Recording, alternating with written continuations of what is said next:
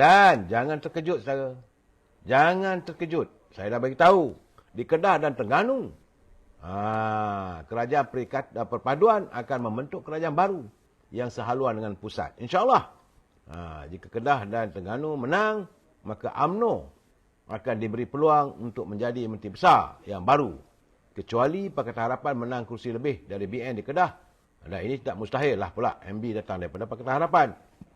Di Terengganu dipahamkan bahawa Barisan Nasional dijangka menang antara 18 hingga 22 kerusi. Gelombang perubahan rakyat yang mahukan perubahan di Terengganu sekarang ini supaya sehaluan dengan kerajaan pusat sedang meledak-ledak katanya. Dan seandainya Perikatan Nasional boleh menggunakan logo PAS, maka tiada masalah bagi Pakatan Harapan menggunakan logo Barisan Nasional di Terengganu dalam PRU 2023 nanti, PRN saudara.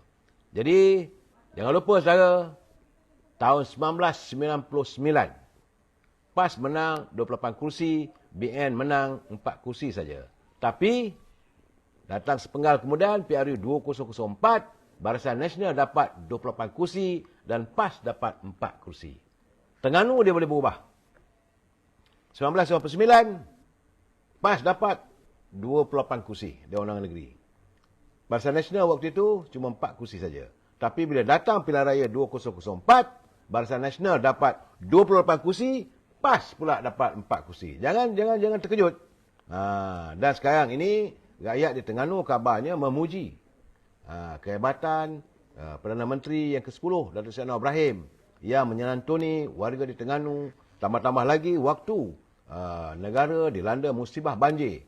Timbalan Perdana Menteri Yang Berhormat Datuk Zahid Hamidi turun dan berusaha menangani setiap masalah rakyat. Sehingga saat ini, banyak isu-isu yang berbangkit di Terengganu sedang ditangani oleh Datuk Seri Zahid Hamidi untuk memastikan rakyat dapat merasai nikmat daripada kerajaan perpaduan.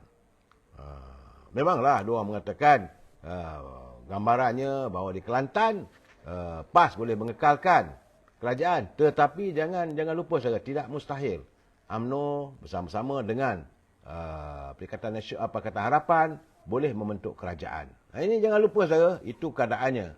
Saya mengharapkan agar pemain-pemain politik, terutama di 3 negeri, Sabah, Kedah, Kedah, Kelantan dan Terengganu, mereka benar-benar melaksanakannya.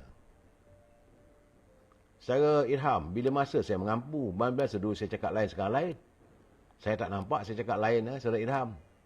Jangan kecil hati saya melaporkan apa yang ada. Dan saya mendapat. Saudara Roslan Baizul, saudara Roslan Bazi, dia kata semoga mendapat hidayah daripada Allah. Jangan marah. Saya harap saudara, sebab itu saya kata awal-awal lagi, kita mesti bersetuju untuk tidak bersetuju. Peganglah prinsip ini. Saya melaporkan kalau anda ini penyokong kuat PAS, berusahalah untuk menafikan kenyataan saya ini. Saya memberi gambaran di Terengganu. Saya memberi gambaran di Kelantan. Contohnya apa yang berlaku di Kelantan musim hari raya ini. Rakyat Kelantan memang meledak-ledak marahnya. Mereka marah kerana masalah air tak selesai. Rakyat terjebak dalam kehidupan yang cukup tenat waktu mereka pulang balik raya dengan keluarga. Dan saya juga dapat kiriman daripada saudara Profesor Fitri. Beliau merupakan penasihat kepada syarikat yang mengendalikan masalah air. Menurut Profesor Datuk Fitri, dia kata memang dulu telah ada perundingan antara Syabas dengan Kerajaan Negeri Kelantan. Tapi masalahnya tergendala tengah jalan sebab adanya elemen-elemen pimpinan mahu adanya ketumbukan tertentu. Jadi Syabas tak naklah begitu. Katanya, pulanglah sebab saya lihat Datuk Fitri menghantar kiriman kepada saya, masalah air di Kelantan ini tidak akan selesai kalau pemimpinnya masih lagi melihat siapa saja yang datang untuk membawa perubahan, menyelesaikan masalah air di Kelantan, masih lagi ada elemen-elemen korupsi. Selagi itulah. Jadi, saya melihat kalau warga Kelantan nak berubah, pilihlah orang yang lebih lain daripada kerajaan hari ini. Itu katanya. Saya menjelaskan. Jadi, saudara jangan marah. Saudara Noriman Karab. Jadi, Saudara boleh tulis apa saja asalkan guna bahasa yang baik. Jangan maki hamun. Saya memberi penjelasan dapatan saya. Contoh macam di Kedah. Warga di Kedah tak boleh terima lagi. Macam saya kata tadi. 120,000 pun denda yang sepatut dibayar pada Datuk Mahfuz. Semua tak bayar. Ini, what type of people you are? Apa jenis manusia anda? Dah buat kesilapan. Membuat fitnah dan sebagainya. Mahkamah memutuskan apa yang anda lontarkan adalah fitnah. Terimalah hakikat. Dan rakyat di Kedah juga terkesan. Kesan daripada air macam saya laporkan semalam di Kuala Kedah. Begitu juga di kawasan Menteri Besar pun berlaku. Saya Syerimah dia kata rakyat Kelantan tak kisah guna air teh susu. Walak pada pemimpin sangat. Saudara, kita jangan menyindir mereka. Jangan kita menyindir rakyat Kelantan. Mereka sudah pun ada gelombang kesedaran.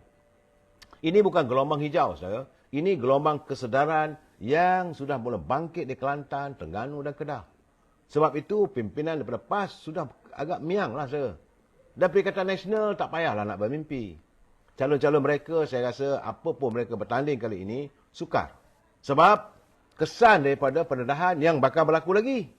Setakat ini saudara, kes Jana Abiwawa yang terdedah begitu besar. Begitu juga kes bagaimana anak pemimpin dalam parti PBM yang terlibat dalam skandal minyak masak. Rakyat terjebak dalam kesusahan, mereka mengawal keuntungan. Ini tak dapat nak dinafikan, ini realitinya saudara. Sebab itu, warga di Kedah, di Kelantan, di Terengganu, mereka sudah merasakan bahawa tiada kejujuran dalam perjuangan mereka. Apa yang mereka lontarkan selama ini, demi rakyat, demi rakyat, demi rakyat, hanyalah kamuflah ataupun hanyalah sekadar lontaran kata-kata tanpa makna. Sebab itu rakyat mahu melihat perubahan. Sama-sama lagi tunggu sekarang saudara. Dan saya agak bila menyentuh soal ini, saya agak terpanggil. Sebab ini khususnya teman-teman di Kelantan. Bila saya tengok satu kiriman daripada halaman kumpulan kami, itu kumpulan Datuk Abdul Rahman, Datuk Rahman Bakar, mantan ketua Pemuda UMNO Terengganu dan yang pernah menumbangkan hadi-hadi di Marang. Dalam page-nya, dia mengingatkan bagaimana dia terkenang zaman pemuda, era tahun 80-an. Kerana waktu itu semua ketua pemuda, naik-naik ketua pemuda di Kelantan, mereka tidak meletakkan kepentingan diri. Pemuda-pemuda di negeri Kelantan waktu berjuang semata-mata dengan berasaskan untuk melihat perubahan dapat dilakukan di negeri tersebut. Jadi artinya sekarang saya nak nyatakan bahawa perjuangan pemuda waktu itu zaman saya pun dalam pergerakan pemuda yang dipimpin oleh Datuk Sri Zahid Hamidi dan oleh Datuk Sri Najib. Waktu itu Datuk Sri Zahid Hamidi selaku ketua penerangan. Kita bergerak dengan penuh keikhlasan. Tapi bila selepas saja era Datuk Sri Zahid, tiba-tiba pemuda berubah. Waktu pemuda dipimpin oleh Syamuddin, dipimpin oleh Khari Jamaluddin. Dan saudara, dan sama sekali disambung pula oleh Datuk Sri Ashraf Wajudi.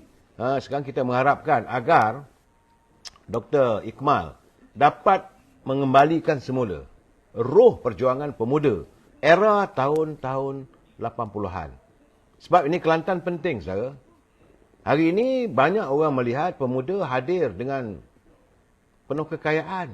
Banyak orang melihat bahawa mereka merebut jawatan lain tak ada semata-mata untuk mengimbau, untuk mencari kekayaan untuk diri. Bukan untuk perjuangan demi agama, bangsa dan tanah air. Retorika menyatakan demi rakyat dan sebagainya hanya sekadar manis di mulut. Itu selepas era Datuk Seri Hamidi yang dipimpin oleh Syamuddin, yang dipimpin oleh Khari Jamaluddin. Waktu itu saudara, saya ini mengimbau. Keadaan ini memang benar, tidak siapa boleh menafikan. Pemuda ketika itu sibuk dengan dia punya kereta Cayenne lah, dengan kereta Mercedesnya, dengan BMW, menjalar ke setiap desa. Ini membuatkan warga desa yang tinggal di luar bandar berjauh hati. Mereka saja yang kaya. Dari mana datang kekayaan? Dan kita mengharapkan agar apa yang sedang dilakukan oleh Datuk Abdul Rahman Bakar mewujudkan kumpulan N87. Ini N87 ini saudara adalah kalangan pemuda-pemuda era kepimpinan Datuk Seri Najib. Yang kami berjuang semata-mata tidak lain tak bukan hanyalah demi lestari perjuangan bangsa kita. Dan saya mengharapkan saudara Akmal, Dr. Akmal, kalau boleh hubungi saudara Dato' Abdul Rahman Bakar ni, berbincanglah bagaimana kita harus memulihkan kembali semangat juang pemuda. Ketepikanlah soal peribadi, kepentingan, merebut jawatan, nakkan itu, nakkan ini. Zaman untuk jawatan dalam politik, menimba kekayaan sudah berakhir. Ini kita kembali pada zaman waktu Datuk Seri Anwar Ibrahim jadi Menteri Kewangan dulu. Jadi timbalan Presiden. Waktu itulah, saudara, pemuda dipimpin oleh Datuk Najib. Dan kita berjuang dengan penuh keikhlasan. Kita dibantu, bukan tak dibantu. Datuk Seri Anwar Ibrahim membantu pergerakan pemuda dalam meneruskan era perjuangannya. Hari ini, Datuk Seri Anwar Ibrahim sudah menjadi Perdana Menteri. Dan daripada UMNO, timbalan Perdana Menterinya, Datuk Seri Zahid Hamidi. Saya yakin bahawa suntikan kedua-dua pemimpin besar ini, mereka mampu untuk mengembalikan. Saya yakin saudara, kali ini Kelantan dengan paduan dua pemimpin besar di Kerajaan Perpaduan berserta dengan kepimpinan saudara Jazlan, insya-Allah. Dan jangan lupa saudara, yang Bapak Mulia Tengku Razili Hamzah juga masih ada lagi di Gua Musang. Saya berkeyakinan bahawa Kelantan kali ini dalam keadaan nazak untuk kerajaan PAS. Bagaimanapun sama-samalah kita tengok saudara. Janganlah nak menuduh. Saya memberi laporan. Apa pun yang kita banggakan atau kita melihat bagaimana keringat pemuda kali ini benar-benar diterjemahkan pada asas demi perjuangan. Saudara Nina, dia kata maknanya PKR lagi baik daripada UMNO. Saya nak bagi tahu pemimpin dalam PKR pun ramai daripada DNA UMNO. Saya tidak kata orang tu baik, orang ni baik. Tidak. Tapi cantuman dua ini saya yakin akan menjelmakan satu cara kepimpinan yang lebih menyerlah dan lebih telus supaya tidak berlaku ketirisan. Kita jumpa lagi malam esok. Wabillahi taufiq wal hidayah. Assalamualaikum warahmatullahi taala wabarakatuh. Selamat berjuang, selamat hari raya dan semoga mereka yang masih dalam perjalanan dari desa kembali dengan selamat dan besok selamat bertugas memulakan tugas anda untuk mencari penghidupan yang jauh lebih baik lagi. Terima kasih. Assalamualaikum warahmatullahi taala wabarakatuh.